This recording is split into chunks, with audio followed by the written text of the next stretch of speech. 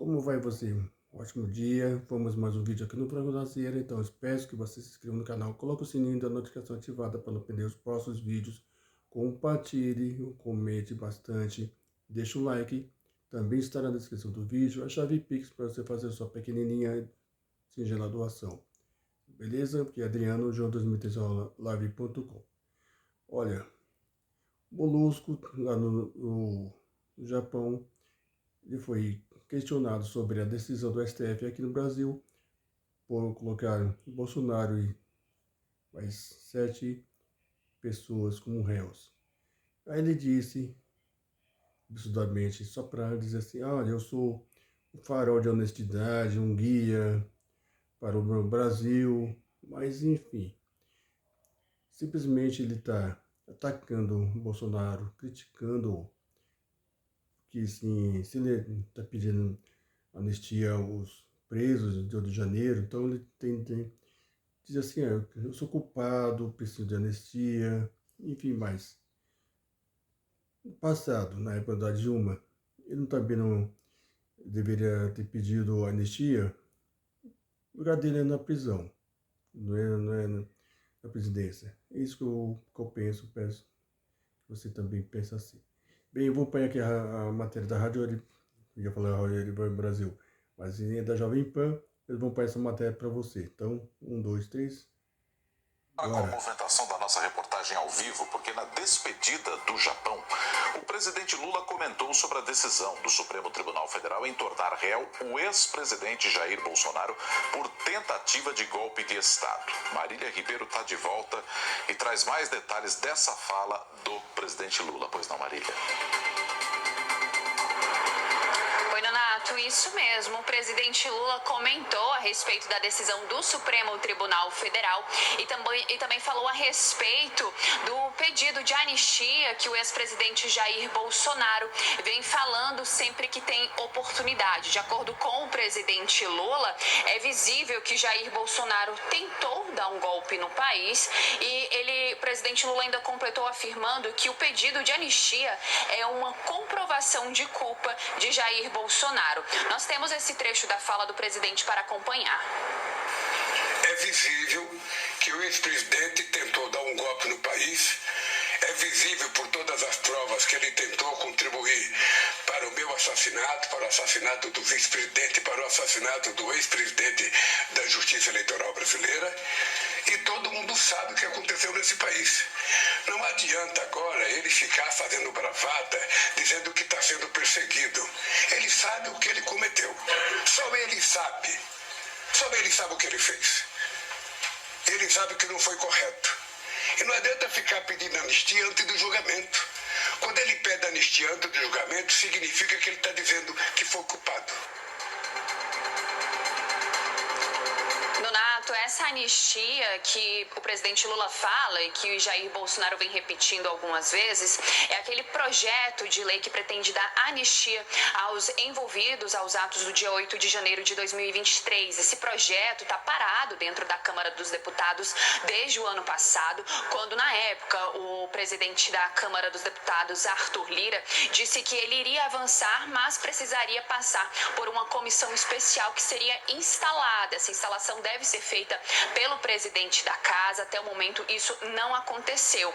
Lá dentro da Câmara, a oposição ela já vem trabalhando já há alguns dias. A gente conversou com o líder do PL, Sóstenes Cavalcante, que ele vem falando que eles já estão se articulando, que há assinaturas necessárias para que o projeto não passe por comissões, mas que vá direto em votação ao plenário da casa. O atual presidente da Câmara dos Deputados, Hugo Mota, como eu falei na minha primeira entrada, ele está em viagem com o presidente Lula, mas retorna na semana que vem. A expectativa da oposição lá dentro da Câmara dos Deputados é que na próxima semana esse projeto possa avançar. Isso porque eles pretendem fazer uma pressão em Hugo Mota para que ele possa pautar o projeto em plenário. Isso a gente vai precisar ficar observando se vai de fato acontecer. Mas a gente voltando aqui para o Palácio do Planalto, em relação à fala do presidente Lula lá no Japão, nessa despedida que ele fez nessa quarta-feira, ele também disse que seria uma presunção de sua parte dar um prognóstico sobre a decisão do Supremo Tribunal Federal em tornar Jair Bolsonaro e seus 7 aliados réus, aceitando a denúncia que foi feita pela Procuradoria-Geral da República. Ainda de acordo com Lula, o STF se baseou e se manifestou nos atos do processo. Ainda na resposta sobre esse mesmo caso, o presidente Lula afirmou que quer que Jair Bolsonaro tenha a presunção de inocência, coisa que ele não teve. E por fim, o presidente Lula afirmou que ao invés de Jair Bolsonaro chorar, que ele possa cair na realidade e saiba que cometeu um atentado contra a soberania brasileira. Essa foi a reação do presidente Lula à denúncia que foi aceita pelo STF, tornando assim Jair Bolsonaro e 7 aliados réus por tentativa de golpe de Estado em 2022. Nonato. Marília Ribeiro, direto de Brasília, muito obrigado, Marília, pelas informações. Eu vou convidar aqui a Deise Ciocari, nossa comentarista. Deise, a gente tem várias nuances aí. Primeiro, a fala do presidente Lula, claro, e óbvio que ele ia comentar sobre o tema, mas também essa discussão, esse retorno da discussão do projeto de anistia.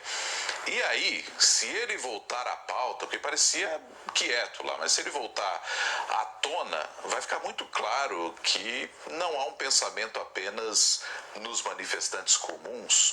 Cai um pouco essa justificativa, essa máscara de que o projeto era pensado apenas para os manifestantes comuns, a partir do momento em que Bolsonaro recebe essa ação no Supremo Tribunal Federal, não Deise? Exatamente, Nonato.